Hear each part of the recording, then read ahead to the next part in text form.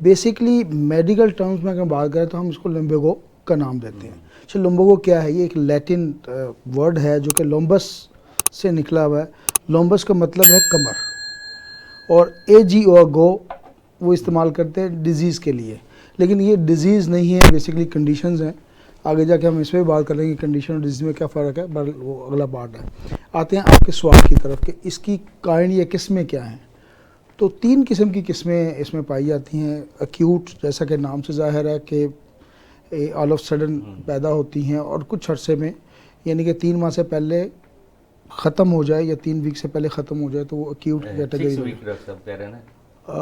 उसमें ठीक है, डॉक्टर साहब का पॉइंट ऑफ व्यू मतलब मैं चैलेंज नहीं करता, लेकिन 3 माह से पहले अगर ख़त्म हो जाए तो ये एक्यूट कैटेगरी ही में आती हैं। इसके बाद सब एक्यूट को हम ले लेते हैं, वो 3 से 6, हाँ जी, वो उसका वो भी सब एक्यूट की कैटेगरी अगर है वो भी एक मुख्तसर अरसे के लिए है। फिर इसमें जो सबसे ज़्यादा ख़तरनाक चीज़ है वो है क्रॉनिक। वो कंडीशन वहाँ पे लम्हा फ़िक्र होना चाहिए और उसको थोड़ा सा मैनेज करना चाहिए और प्रॉपर फिजिशियन से उसको चेक करवाना चाहिए ताकि इसमें मसले मसाइल ना हो। तो फ़िलहाल तो मैं यही ऐड कर पाया हूँ। अच्छा, असल में जो मैं पूछना चाह रहा था, जैसे मैंने अपने प्रोग्राम के स्टार्ट में कहा कि किन वजूहात से ये कमर दर्द, वो उस पर आप नहीं आए, ये डॉक्टर हुमा से पूछते हैं। मिसाल के तौर पे आपका सवाल नहीं था ना, जो उसके मुताबिक हमने एक आदमी कोई है, उसको बहुत पुरानी चोट है, उसके सार भी निकल आए, किसी को चोट लग गई, किसी ने कोई वज़न उठाया उस वजह से हुआ, किसी ने कोई पुश किया जोर से किसी चीज़ उस वजह से पेन स्टार्ट हुई, कोई सीढ़ियों से तेज़ी से उतरता है, गिरा तब उसको कोई पेन, यानी कि ये चीज़ें, इन पे आप रोशनी डालें कि ये क्या ऐसा होता है कि ये दर्द इन चीज़ों से भी होती है। जी डॉक्टर साहब, जनरली अगर बात की जाए ना तो न्यूरल्जिक नेचर होती है कुछ, जिसकी वजह से होती है कि नर्व्स जो हैं वो अफेक्टेड होती हैं और उनकी वजह से ऐसा प्रॉब्लम बनता है। आखिर कोई ना कोई रीज़न तो होगी ना कि किसी न किसी वजह से। जी, मैं उसी तरफ आ रही हूँ।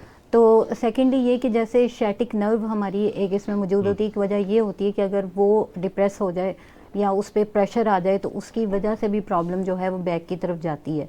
फिर जैसा कि आपने कहा कि ओवर वेट, यानी वेट का बहुत ज़्यादा उठाना, स्ट्रेनिंग हो जाती है ना वो चीज़, वज़न खींचना हैवी या वज़न उठाना, दोनों चीज़ों में ये बैक का पेन हो सकता है।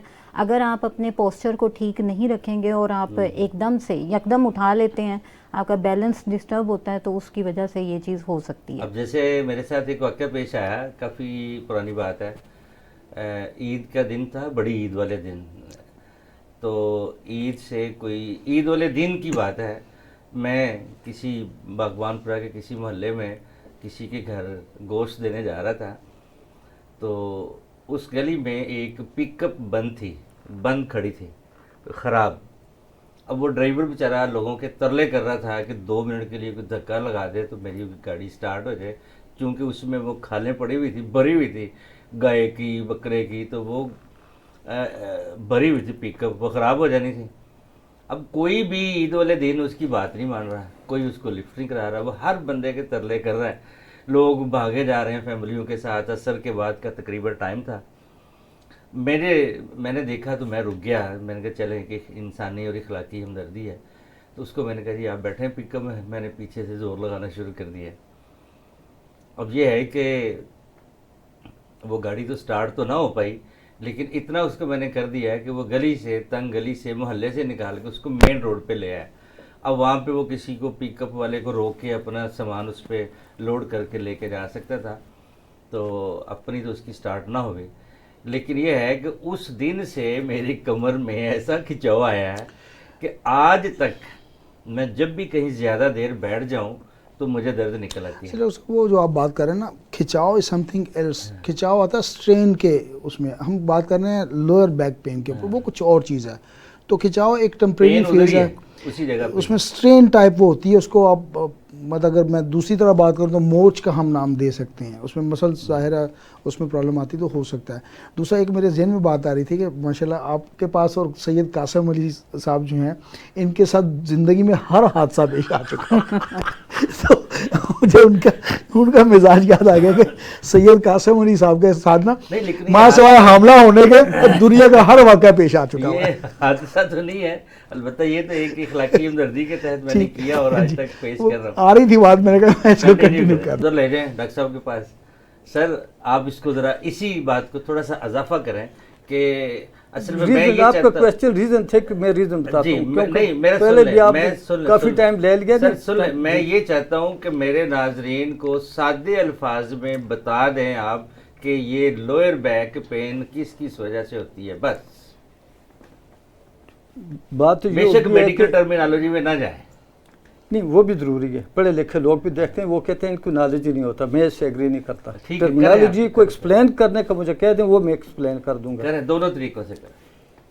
टिश्यू इंजरी भी हो सकती है, जैसे अभी आपने खुद क्वेश्चन में कहा जी कि सीढ़ियों से गिर कर सीढ़ियाँ चढ़ते हुए जोर लगाते हुए मसल्स उस मतलब पुल हो जाते हैं। फिर ओबेसिटी भी एक इसका रीज़न है, सेडेंट्री लंबा लाइफ। टाइम लॉन्ग टर्म बैठे रहने से। फिर ये आप खुद बताएं, जब मुझसे सुने आप। जी जी जी, नहीं आपने सुने हैं। बताया ना, मैं जब बता रहा हूँ आपका ये काम आप क्वेश्चन करें। मिस कर रहे थे ना, इसलिए मैं थोड़ा सा याद ये करवा मैं रहा हूँ। 14 इसके कागज हैं, अभी तो 2 सुने आपने, तो अच्छा, आपने चलें। तीसरे दे दिए, मेरे खामोश तो नहीं हुआ ना। दो। ये 14 के 14 चलने में प्रोग्राम, तो फिर डैश जी जी, डैश आने दे, आने दे। सेडेंट्री लाइफ है, हाँ हाँ। ठीक है। फिर इसमें फ्रैक्चर हो जाता है, कॉन्स्टिपेशन की वजह से भी लोगों को पेन होता है। फिर उसके बाद क्रॉनिक स्ट्रेस, एक्यूट स्ट्रेस नहीं, क्रॉनिक स्ट्रेस से पूरी बॉडी में भी इन्फ्लेमेशन होती है, स्पेशली लोअर बैक में ज़रूर होती है, क्रॉनिक स्ट्रेस है। फिर इसके अलावा जो अपने बात होती है आर्थराइटिस की। फिर एक होता है ऑस्टियोमाइलाइटिस, उसमें जो टिश्यूज़ होते हैं जो बोन के साथ कनेक्टेड होते हैं, उनमें किसी भी बीमारी की वजह से सोजिश आ जाती है। मैं साथ एक्सप्लेन भी कर रहा हूँ। इसी तरह मर्दों की निस्बत फीमेल को ये प्रॉब्लम ज़्यादा होता है। ये जो प्रॉब्लम रीज़न बताएं, ये तो कॉमन है सब में। सही। जैसे लॉन्ग सिटिंग है और उसका पोस्चर ठीक नहीं है बैठने का, इससे भी उस पेन हो जाता है। फीमेल को लिकोरिया की वजह से, मेंस्ट्रुअल डिस्टर्बेंस की वजह से होता है। फिर उनको होता है एंडोमेट्राइटिस। ये वो कैफियत होती है कि जब जो यूट्रस की लाइनिंग की जो टिश्यू होते हैं वो यूट्रस के आउटसाइड पर एक्स्ट्रा ग्रोथ हो जाती है, उस वजह से बड़े सीवियर पेन होता है।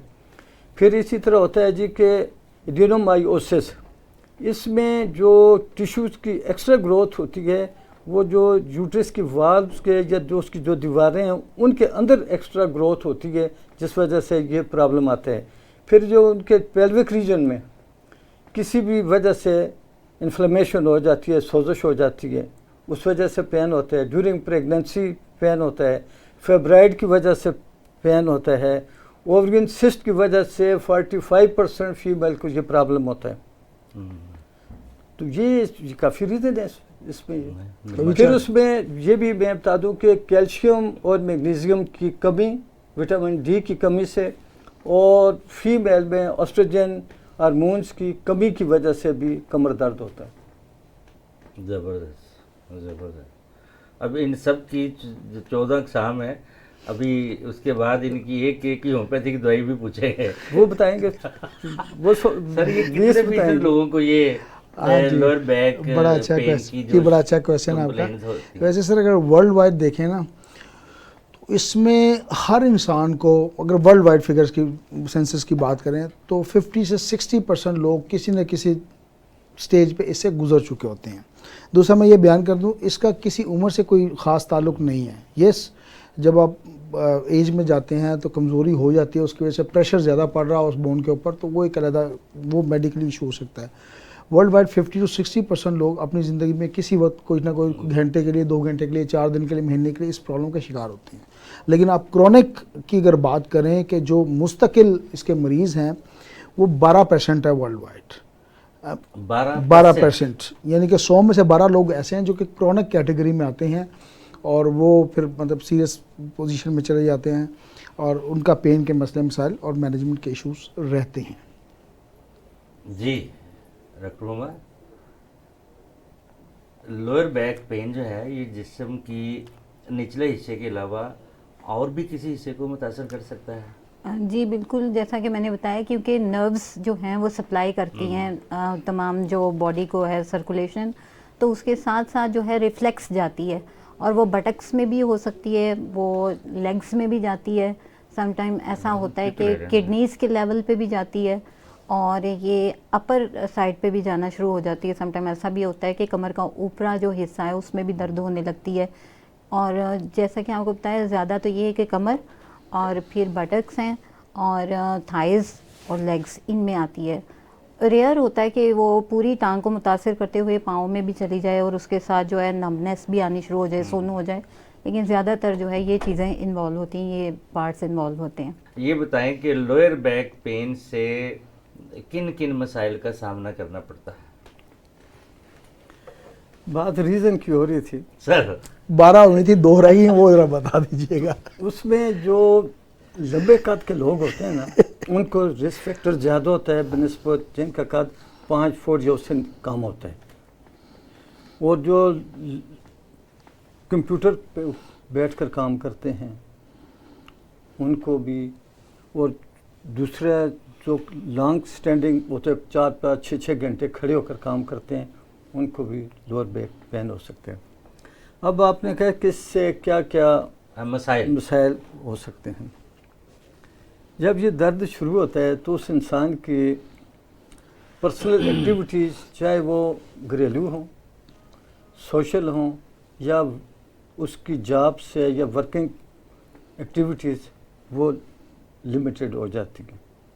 आना जाना उसकी मूवमेंट से, क्योंकि उसको प्रॉब्लम होता है, वो अपने काम जो अगर सर्विस कर रहा है, बिजनेस कर रहा है, वो प्रॉपर तरीके से ज़रा उनको टाइम नहीं दे सकता, सोशल एक्टिविटीज़ की तरफ नहीं जा सकता, तो ये उसमें प्रॉब्लम आती है, उसकी जो लाइफ सफ़र होना शुरू हो जाती है। फिर जब जिसकी कंडीशन ज़्यादा होती है, टिंगलिंग या झुंझुनाहट, सुनपन पाँव में शुरू हो जाता है, चलना दुश्वार हो जाता है, फिर तो अपने आप को भी बोझ इंसान महसूस करता है अगर इस स्टेज पर चला जाए तो। अगर किसी को ये कमर दर्द हो तो वो अपने घर पर भी इसको डिफ्रेंशिएट कर सकता है कि आया मेरे कोई डिस्क डिस्टर्ब होगी या नहीं होगी। फर्श पर लेट कर, हार्ड बेड पर लेट कर, अगर वो अपने पाँव को ऊपर 6 फुट न सारी 6 इंच 12 इंच ऊपर उठा सकता है कम से कम, तो फिर उसको मसल्स में प्रॉब्लम है, डिस्क उसकी ठीक है। जरा दोबारा रिपीट कीजिएगा, टांगे कितनी उठानी है? 6 इंच से लेकर 1 फुट तक पाँव को ऐसे ऊपर कर सकते हैं लेट कर, स्ट्रेट लेट जाए, पाँव को उठाते हैं, अगर उसको इजीली उठा लेते हैं तो इसका मकसद है कि उसके डिस्क में प्रॉब्लम। टाइम लिमिट तक उठाए रखनी है या बस उठा ले? नहीं, जब उठा, अगर जिसकी डिस्क डिस्टर्ब होगी वो 5 सेकंड के लिए भी नहीं उठा सकेगा, वो उठा ही नहीं सकेगा। अच्छा पॉइंट आज का ये उठा। उसके बाद फिर उनको फौरी तौर पर क्वालिफाइड डॉक्टर के पास जाना चाहिए, चाहे होम्योपैथी के जहाँ उनका सेटिस्फेक्शन हो, इनर सेटिस्फेक्शन, एलोपैथी के पास, लेकिन फिर अपने तौर पर घरेलू टोटके ना करें। अगर ये चीज़ नहीं है तो घरेलू टोटकों से भी वो अपने आप को ठीक कर सकते हैं। मसलन कोल्ड एप्लीकेशन, बर्फ़ की टकोर करें 20 मिनट तक, ज़बरदस्त 48 घंटे के बाद फिर ये कोल्ड एप्लीकेशंस नहीं होगी, फिर हार्ड करें, फिर उसको चाहे नमक है, रेत है, उसको गर्म करके उसके साथ उसको टकोर करें, या पानी गर्म करके वो बॉटल के अंदर डाल कर वो उसको रखें, तो इससे भी उसको अफाका हो जाता है। ये तो आ जा इससे बाकी उसके साथ घरेलू टोटकों में कई चीज़ें वो डाइट में आ जाती हैं कि हल्दी इस्तेमाल करे काली मिर्च डालकर, तो इनसे उसको फ़र्क पड़ता है। मसाज करे, लेकिन मसाज ज़्यादा सख्त नहीं होनी चाहिए, हल्के हाथ से, ये ना हो कि कहीं डिस्क आगे पीछे हो जाए जोर लगाने से। इनके मसाज है वो हाथ से करें? हाथ से ही करेगा, लेकिन जोर नहीं डालना चाहता, मसाज से भी फर्क पड़ जाता। कोई ऐसी रीजन बताएं जो बचा जाए इससे, लोअर बैक पेन से? ये मसाज को थोड़ा सा मैं क्लियर कर दूं, फिजियोथेरेपी की बेसिकली बात हो रही है, तो बहुत सारे फिजियोथेरेपिस्ट अवेलेबल हैं पाकिस्तान में, तो मसाज मतलब फिजियोथेरेपी होनी चाहिए। जो आपका सवाल क्या था जी, अभी जो आपने नया सवाल किया, बचा जाए, अच्छा बचा जाए, अच्छा बचने के लिए, हाँ वो आप बड़ी देर से कुछ एक्सरसाइज की बात हो रही थी तो मैं ज़रा उसमें इन्वॉल्व था बेसिकली। अच्छा बचा कैसे जा सकता है जी? बचा देखिए, बचने के लिए ज़रूरी है कि आप रूट कॉज में जाएं सबसे पहले। वैसे इस पर बात हो चुकी है, मैं थोड़ा सा और डिफ्रेंशिएट कर दूं या थोड़ा सा और इसको डिफाइन कर दूं कि कुछ है प्राइमरी कॉजेस और कुछ है सेकेंडरी कॉजेस। अच्छा, प्राइमरी कॉजेज में आपका लाइफस्टाइल बड़ा काउंट करता है। मैं यहाँ बैठा हुआ हूँ, मैं 8 घंटे ऐसे बैठूंगा तो शायद मुझे प्रॉब्लम हो जाए, ठीक है। मैं अगर लॉन्ग, आपको पता है बाज़ औक़ात मुझे शहर से बाहर जाना पड़ता है तो 8-8 घंटे की ड्राइव हो जाती है, तो 8-8 घंटे मुसलसल मैं ड्राइव करूँगा तो मुझे प्रॉब्लम हो जाएगी। तो लाइफस्टाइल, कहीं आपकी ज़िंदगी में कोई इंजरी हुई है तो वो बाद में वो दर्दें निकलती हैं बाद में वो दर्दें निकलती हैं ना जी।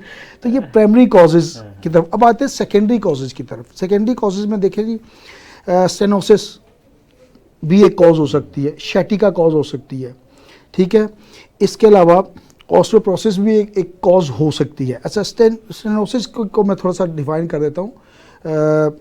बाजू का दिन का जी नमनेस आ जाती है इंसानी जिस्म में, टांगों में, हाथों में तो खैर नहीं आता, लेकिन लोअर जो बटक से नीचे वाला एरिया यहाँ पे नमनेस महसूस होती है। बेसिकली वो नमनेस नहीं होती है, जगह सुन आपको महसूस हो होती है, लेकिन वो जो कोऑर्डिनेशन है बिटवीन दिमाग के और उस एरिया के, वो डिस्टर्ब हो जाता है। चूँकि वो स्टेनोसिस से होता ये है कि जो नर्व्स के रास्ते हैं, जो लुम्बर एरिया है, स्पाइनल कॉर्ड है, उसके साथ जो रास्ते वो तंग हो जाते हैं। उस तंग होने से वो नर्व्स डिस्टर्ब हो जाती हैं, उनको रास्ता नहीं मिलता कोऑर्डिनेशन टूवर्ड्स एक जो हमारा मेन स्विच है दिमाग, उसकी तरफ। ये जो मैं क्रूड वर्ड इस्तेमाल कर रहा हूँ ये नाज़रीन के लिए है। वैसे तो हमारा नर्वस सिस्टम, अगर मेडिकल की लैंग्वेज में बात करें तो नर्वस सिस्टम कोऑर्डिनेट नहीं कर पा रहा था, क्योंकि वो नर्व्स बीच में रास्ता उनका रुकता है, डिस्टर्ब होती है, तो उस जगह सिग्नल्स प्रॉपर नहीं पहुंच पाते, कम्युनिकेशन का इशू है, तो वहाँ से ये नमनेस का इशू हो जाता है। ये है सिस्टम जी। डॉक्टर उमा, प्रोग्राम के अख्ताम की तरफ चलते हैं कि बैठने या झुकने से या ओवरवेट से या ज़्यादातर बैठे रहने से या ज़्यादा झुकने से कमर दर्द हो तो उसको भी यही समझेंगे हम? जी बिल्कुल, जो है और ना, ये थोड़ा क्योंकि repeat हो चुका है। हाँ जी, लेकिन कॉजेज में ना एक और चीज़ भी है कि ओबेसिटी भी कॉज है। 14 पहले हो गई है। बहुत बड़ी cause है। अगर किसी आप का 17 वजन कर रहे हो ज़्यादा है ना, नहीं यार, हाँ जी, बता चुका हूँ। इन्होंने ओवरवेट बताया था, ओबेसिटी बताया, बस फर्क सिर्फ इतना है। हाँ जी। तो ओबेसिटी की वजह से भी ऐसा हो जाता है। तो अब अगर किसी का वजन ज़्यादा है और उसकी वजह से उसको कमर दर्द हो रही है, तो बजाय मेडिकेशन करने के उसको पहले जो है अपना वेट लॉस करना चाहिए। इसी तरह से आपको कोई मसला तो कोई नहीं है ना? ठीक है। इसी तरह से रीनल कैलकुली अगर किसी को है, भी इतना ज्यादा नहीं हूँ, गो को हूँ, लेकिन मैंने तो कहा ही नहीं है सर, गुजारा हो जाता है। आप समझदार है, मैं क्या करूँ। अगर किसी को रीनल कैलकुली है, गुर्दों की पथरी का सिलसिला है, तो जैसा कि हमने पूछा था ना कि कहाँ कहाँ रेडिएट हो सकती है और कहाँ कौन सी चीज़ इन्वॉल्व हो सकती है, तो तब भी कमर दर्द जो है हो जाती है। अब ये डॉक्टर का काम है कि उसको किस तरह से ऑब्जर्व करना है कि पेशेंट को जो है किस वजह से हो रही है और किस लिए हो रही है।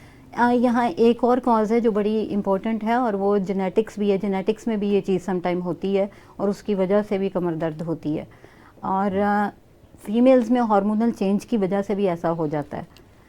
फिर ये कि आपने क्वेश्चन किया कि अगर हार्मोनल चेंज की वजह से ऐसा हो तो कौन सी होम्योपैथी दवाई होगी? हमारी बहुत ज़बरदस्त रेमेडी है सीपिया और लेक्सस, ये दोनों, इसके अलावा पल्सा, ये तीनों बहुत अच्छे तौर पे काम करती हैं और हार्मोनल चेंजेस, जी ये हार्मोन्स की वजह से टॉप क्लास रेमेडीज़ हैं तीनों की तीनों।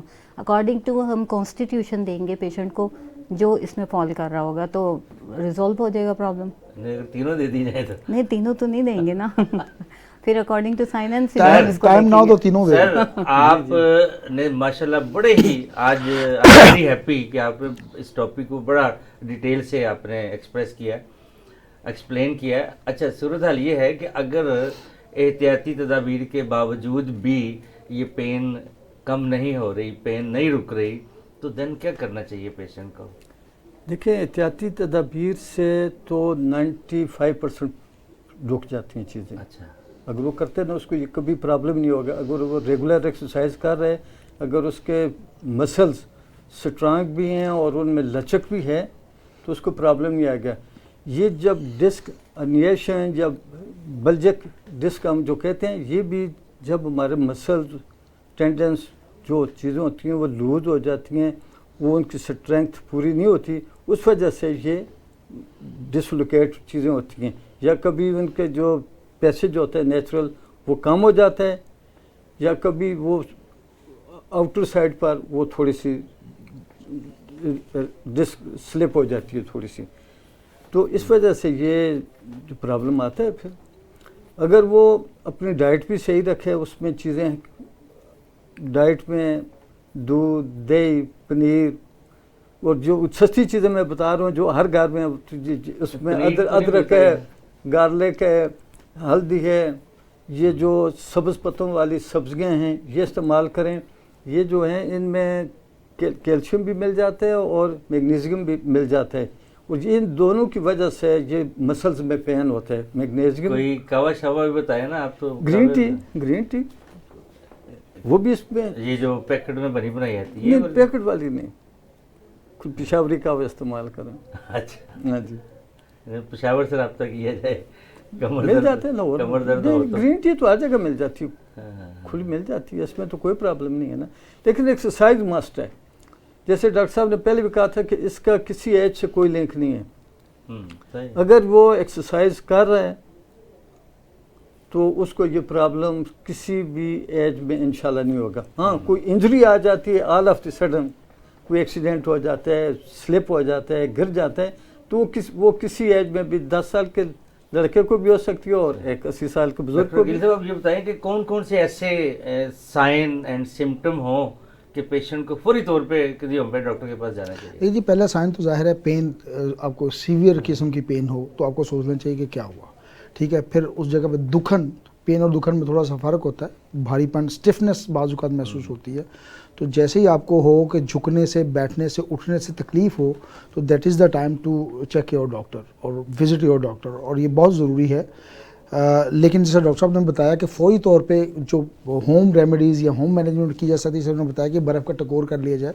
अगर बाजुकात बर्फ़ नहीं अवेलेबल होती, सर्दियों का टाइम है, फ्रिज में बर्फ़ नहीं है, तो ड्यूडेरेंट्स जो होते हैं, ये जो बॉडी स्प्रे होते हैं, ये भी बाजुकात बड़ा अच्छा काम करते हैं, उसकी मतलब ठंडक देते हैं और तो टकोर टाइप हो जाता है। तो इस किस्म की मैनेजमेंट करनी चाहिए। और जाहिर है मेडिकल कंडीशन है, अगर हिस्ट्री ऐसी नहीं है कि ये बैकबोन रही है तो घर पे मैनेज करने की कोशिश करें, लेकिन अगर 2-3-4 दिन प्रोलॉन्ग कर जाए तो जाहिर है सीरियस इशू है, उसको चेक करवाना चाहिए कि मसला क्या हो रहा है। जी डॉक्टर, आप कुछ इजाफा करना चाहेंगे? जी डॉक्टर साहब, जो वार्निंग साइंस थोड़े से बताना चाहूँगी कि अगर ये चीज़ें देखने में आ जाएं तो डेफिनेटली आप सोचें कि ये सिर्फ कमर का आम सा दर्द नहीं है, बल्कि कोई ना कोई क्रॉनिक कोई कंडीशन सीरियस है मौजूद जो इंडिकेशन करी है। क्योंकि बेसिकली जो पेन होता है वो तो एक इंडिकेशन होती है कि कहीं कोई प्रॉब्लम मौजूद है। तो अभी उसमें ये होता है कि आपकी बैक में अगर साथ में स्वेलिंग भी आ गई है, कमर में स्वेलिंग भी महसूस कर रहे हैं, और उसमें साथ ही साथ एब्डोमिनल पेन है सीवियर किस्म की, पेट में शदीद किस्म का दर्द है अगर उसके साथ, और बुखार भी हो रहा है, लेग्स में भी स्वेलिंग आ रही है, और टांग जो है वो उसमें यानी वीकनेस इस तरह की आ गई है कि बेहिसी सी महसूस हो रही है, सेंसलेस हो रही हैं, नमनेस ज़्यादा आ गई है। तो ये चीज़ें, और इसके अलावा यूरिनरी ट्रैक का प्रॉब्लम, यानी कि अगर जो है ब्लेडर के ऊपर कंट्रोल मुश्किल हो गया है, या जर्क्स जो हैं वो लग रहे हैं कमर में या आपकी लेग्स में, तो ये वो टाइम है कि आपको डेफिनेटली डॉक्टर के पास ज़रूरी जाना चाहिए। सर मेडिसिन बताएं कमर दर्द की। सबसे पहले तो हम अर्निका का इस्तेमाल करवाएंगे। कितने टाइम में, ताकि मैं एक्सप्लेन करें आप 2-3 मिनट। 2-3 मिनट है। अर्निका हम आपकी सुन्नत पे अमल कर रहे हैं, आपने कहा था कि टाइम दिया करें। हाँ जी, वो उसको टच करने से एग्रेवेशन होती है, और जो किसको टच करने से? जिस जगह पर दर्द हो रहा है कमर अच्छा। को, कमर की बात हाथ हो रही है, लगाने से दर्द हो। हाँ, दांत छूने से होता है। फिर उसको अर्निका का जो पेशेंट होता है वो किसी जगह भी नर्म से नर्म गद्दे के ऊपर भी लेटे है तो उसको बहुत सख्त महसूस होता है। तो सिर्फ यहाँ अगर ये कंडीशन हो तो अर्निका अकेले ही काम कर जाएगी। फिर आप डिस्टॉक्स दें, अगर उसको मूवमेंट से रिलीफ मिलता है, अगर मूवमेंट से उसको तकलीफ़ बढ़ती है तो ब्रेयोनिया दें उसको। अगर वो रात को जब रेस्ट करता है, सुबह सवेरे उसको अगर बहुत ज़्यादा प्रॉब्लम होता है तो फिर वो आप उसको रूटा दें। फिर इसी तरह अगर वो उसके जो मसल्स में स्टिफनेस है, अकड़ाव है, तो इसके लिए एसिड हाइड्रोफ्लोरिकम बहुत अच्छी दवाई है। और इसके साथ बेलिस पेरिनेस, ये दोनों स्टिफनेस के लिए बहुत अच्छी है। फिर इसी तरह जब बात हो रही थी कि जी अगर ये रेडिएट करके कंधों की तरफ अगर दर्द जा रहा हो तो सिमिसिफ्यूगा यहाँ पर बहुत अच्छा काम करेगी। लॉन्ग सिटिंग है और वो दर्द इस हद तक चला गया कि पाँव तक जाता है, तो कोबाल्टम आप दें उनको। अगर कोई फीमेल को डिलीवरी के बाद या मिसकैरेज के बाद अगर हो तो काली कार्बो इस्तेमाल करें। अगर किसी को कमर में इंजेक्शन लगने को, चाहे मेल हो या फीमेल हो, कोई सर्जरी के लिए कमर में इंजेक्शन लगाया गया, उसके बाद है तो काली कार्ब, हाइपेरिकैम और थ्यूजा दें उनको। फिर इसके अलावा नेफाइलम है, वो बहुत अच्छा काम करती है। अगर वो कमर बर्निंग पेन है तो इसके लिए दो मेडिसिन बहुत अहम है, आर्सेनिक और फास्फोरस।